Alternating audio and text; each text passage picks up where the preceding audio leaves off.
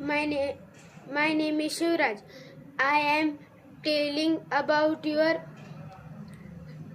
speak to wild animals. First, giraffe, giraffe म्हणजे giraffe. fox, fox म्हणजे लांडगा. vixen, vixen म्हणजे लांडगी.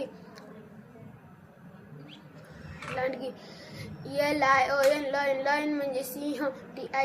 tiger, tiger म्हणजे वाघ. leopard म्हणजे चित्ता. ox म्हणजे बैल. horse म्हणजे घोडा.